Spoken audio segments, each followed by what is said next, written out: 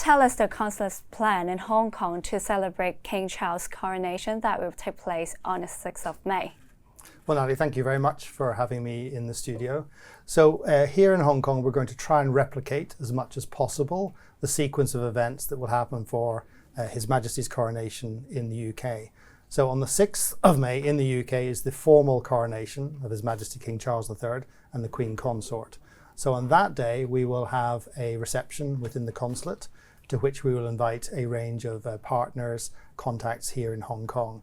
And we'll very much be following the themes of the coronation itself, the themes that His Majesty has set for his reign around youth, community, diversity and sustainability.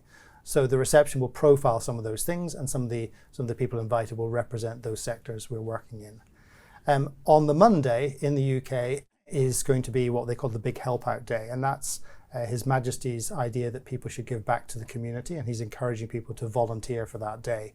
So here in Hong Kong, the consulate staff will be taking the day to volunteer with local organisations. Let's move on to talk about the ties between Hong Kong and the UK. After 3 years of pandemic and after all the political changes in 2019, how do you describe the ties between the two places? So I think fundamentally, the UK and Hong Kong have a long, complex, multifaceted, multi-layered history, and the engagement, I think, remains very strong. Obviously, over the last 3 years, particularly because of the COVID pandemic, there have been restrictions on travel, which has meant that some of the normal people-to-people interactions, business interactions, dialogues have really not taken place. But the UK is utterly committed to seeing Hong Kong thrive and seeing Hong Kong succeed. And that's certainly reflected in terms of the businesses and the business sentiment to Hong Kong. Last time I was in the UK, it was clear to me the appetite for business to return and re-establish their connections here in Hong Kong, to pick up where they'd left off, to look at what growth potential existed here, not just in Hong Kong and the region, but certainly in relation to the GBA. So I think, obviously we've been through some difficult headwinds in the relationship over the past 4 or 5 years. I think we're looking to lean back into a constructive engagement to see where we can collaborate.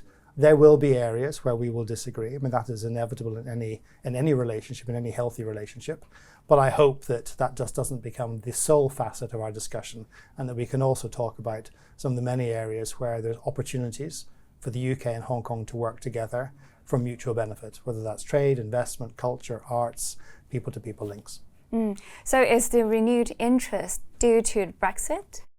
So I don't think it's necessarily due to Brexit. I mean, I think actually the interest has always been there with Hong Kong. I would say that obviously, there's been an impact from Brexit in that you will see the UK is looking more actively to this part of the world. And we are now, have just joined the CPTPP. Certainly when I was in Bangkok as ambassador to Thailand, one of my main tasks was around seeing the UK become a dialogue partner for ASEAN. So I think all of this is part of a pattern, and you'll see this in our most recent integrated review, that actually we are looking to engage more with new and existing partners here in this part of the world. Our check is coming right after an important speech by our Foreign Secretary James Cleverly.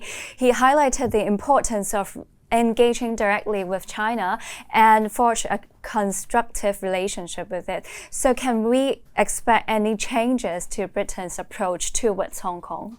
So I think we've always wanted a constructive engagement with Hong Kong, and as a diplomat, my entire life has been devoted to creating the sort of robust, mature framework for a relationship that allows us to have a discussion around issues where we have disagreement, and some of those are difficult and long-standing, but also around the many areas where we can engage, not just for mutual benefit, but actually to address some of the global challenges. So you will see that from the UK here in Hong Kong.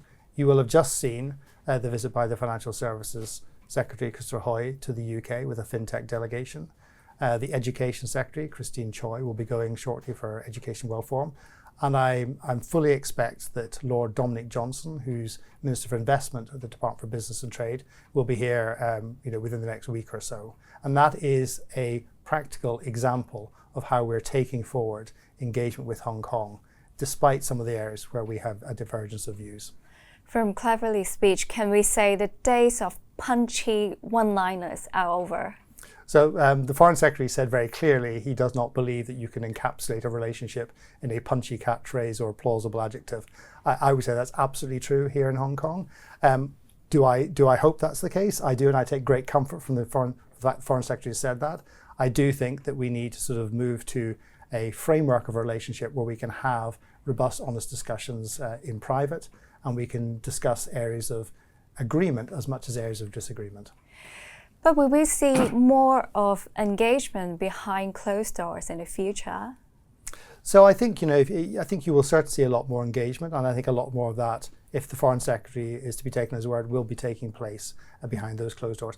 That doesn't, and that's at a government-to-government level. That doesn't mean there won't be voices in Hong Kong or in the UK who express different views. But I think you need to look beyond also just the government-to-government engagement.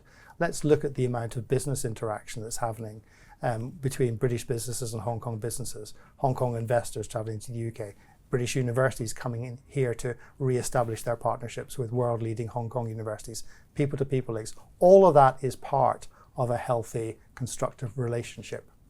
Talking about the foreign policies, critics might say that UK want to have the cake and eat it too. So how do you comment on critics like this? So I think, I think that's a slightly naive view. Any relationship has areas where you don't agree on some things and areas where you do agree. That's normal in a relationship. And I don't think it's a case of having your cake and eating it.